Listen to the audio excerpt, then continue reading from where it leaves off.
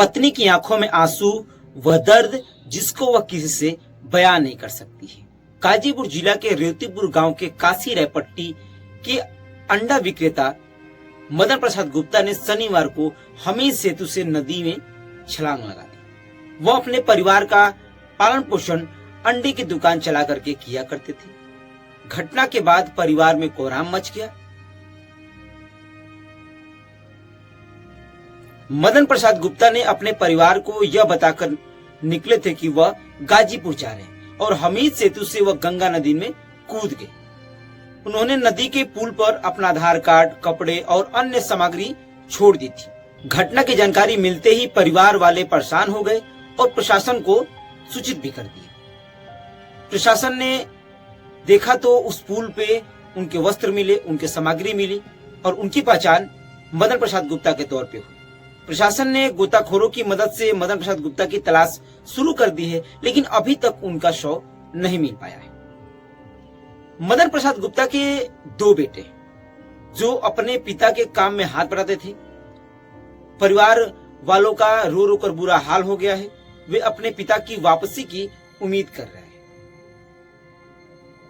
Police और प्रशासन की टीम मदन प्रसाद गुप्ता की तलाश में जुटी हुई है। गोताखोरों की मदद से नदी में उनकी तलाश जारी है, लेकिन उफनती धारा में ढूंढना थोड़ा सा मुश्किल हो रहा है।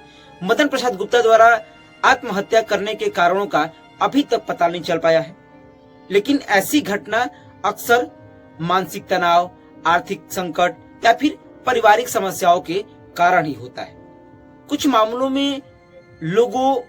मामलों में लोग बीमारियों के कारण भी आत्महत्या का कदम उठा लेते हैं, जैसे कि जमशेदपुर में 61 वर्षीय वाल्मीकि प्रसाद गुप्ता के मामले में देखा गया था। प्रशासन इस मामले की जांच कर रही है ताकि घटना के पीछे का कारणों का पता चल सके। सबसे बड़ी बात कि उनके दो बेटे उनके काम में हाथ बटाते थे और वह जो है कि उसी अंडे की दुकान से पूरे परिवार का भरण पोषण यानी सब कुछ किया करते थे। लेकिन अचानक पता नहीं ऐसा क्या हुआ कि वह यह बताकर निकले कि मैं गाजीपुर जा रहा हूं, और उनके दिमाग में पता नहीं ऐसा क्या चला कि वह गंगा नदी हमीद सेतु पुल पर पहुंच करके और अपने वस्त्र को खोलकर वहीं रख दिए और फिर आधार कार्ड और भी जरूरी सामान वहां रख करके और नदी में छलांग लगा दी। कारणों का पता तो नहीं चल पाया कि आखिर में इन्होंने ऐसा कदम क्यों उठाया, क्योंकि यह बात किसी को नहीं पता चल पा रही। बेटे उनके बता रहे हैं कि उनको ये नहीं मालूम चल पा रहा है कि आखिर पिता को किस बात का दुख था, वो किस लिए यह कदम उठाए हैं और हमें छोड़ करके क्यों चले गए। शायद अगर कोई उनको कष्ट होता, कोई तकलीफें होती या फिर पारिवारिक समस्याएं होती तो हम लोगों से एक बार वह कहते, अगर मिलजुल करके बात करते तो हो सकता कि हम उसका समाधान निकाल सकते। पत्नी का रो रो कर बुरा हाल है। वो साहब कह रहे हैं कि वो हमसे अपने दिल की बात बताते, वो हमसे ये बातें कहते तो हम चीजों को समझ सकते थे और उसका निदान भी ढूंढ सकते थे, लेकिन वह इस कदर पूरे परिवार को छोड़कर चले गए। अब इस परिवार का क्या होगा, अब कैसे जीवन यापन होगा।